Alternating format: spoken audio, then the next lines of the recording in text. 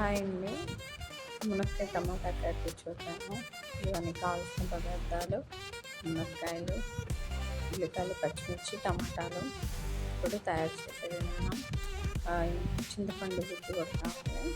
చింతపండు గుజ్జు stove on చేసి కళాయి పెట్టుకొని ఆయిల్ వేసుకొని, ఆయిల్ కొంచెం వేడెక్కిన తర్వాత తాలింపులు వేసుకోవాలి.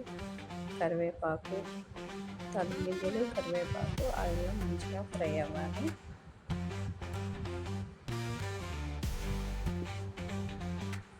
బాగా ఫ్రై అయిన తర్వాత ఉల్లిపాయలు పోసి పెట్టుకుని, సన్న పోసి పెట్టుకుని, తరిగి పెట్టుకుని ఉల్లిపాయలు, పచ్చిమిర్చి ఆయిల్ వేయాలి. అవి మంచిగా వేగనివ్వాలి.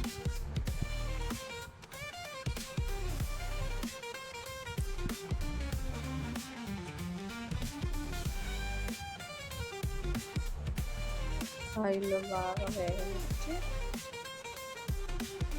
ఉల్లిపాయలు, పచ్చిమిర్చి బాగా వేగటానికి సాల్ట్ వేసుకున్నాం.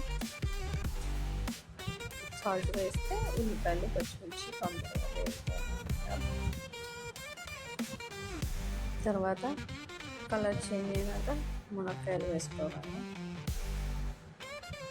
మునక్కాయలు కూడా మంచిగా ఆయిల్, ఉల్లిపాయ, పచ్చిమిరపకాయలు బాగా వేగనివ్వాలి.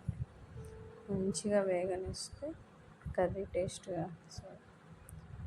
మునక్కాయలు పచ్చి వాసన పోయేంత వరకు మంచిగా వేగనిచ్చుకున్నాం. దాంట్లో కొంచెం తగినంత సాల్ట్, పసుపు కూడా వేసుకున్నాం. పసుపు, సాల్ట్ వేసి వేగనివ్వాలి.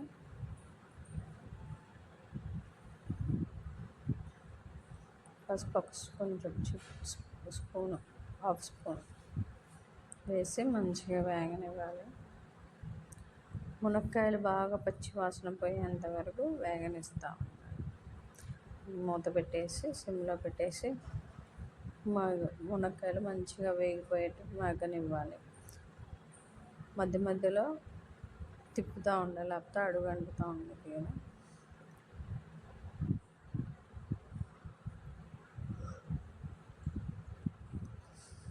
టమాటాలు, మునక్కాయలు మంచిగా వేగిపోయాయి. టమాటాలు వేసుకున్నాము. టమాటాలు, మునక్కాయ, ఉల్లిపాయ మంచిగా మగ్గిపోవాలి. ఇప్పుడు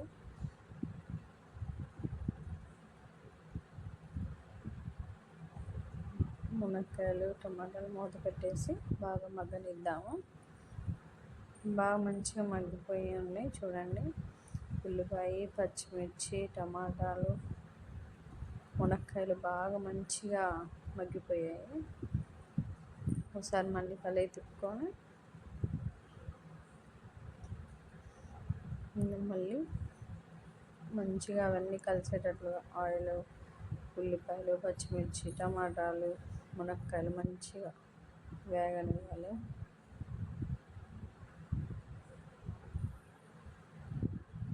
టమాటా మెత్తబడింది, బాగా మంచిగా వేగిన తర్వాత చింతపండు పులుసు పోసేసుకోవాలి. చింతపండు గుజ్జు వేసి మంచిగా మగ్గనివ్వాలి.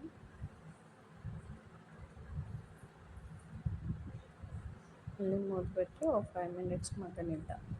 చూడండి బాగా మగ్గిపోయాయి. చింతపండు పులుసు, టమాటా మంచిగా మగ్గిపోయింది.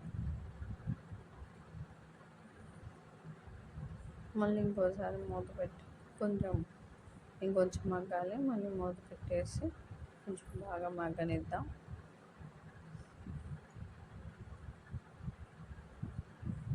అలా మగ్గనిస్తే మునక్కాయకి చింతపండు గుజ్జు పట్టి మూత తీసి దానికి తగినంత కారం, మీరు ఎంత కారం తింటారో దానికి తగినంతగా కారం వేసుకోవాలి.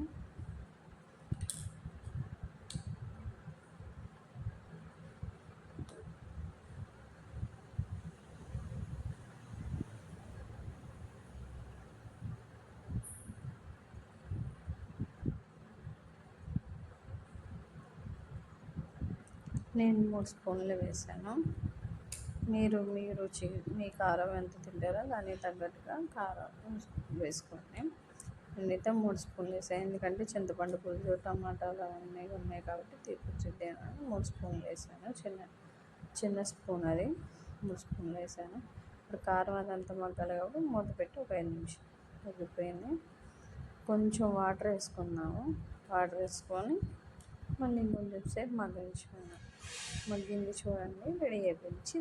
మునక్కాయ టమాటా పులుసు, మునక్కాయ టమాటా చింతపండు పులుసు. Please like and share.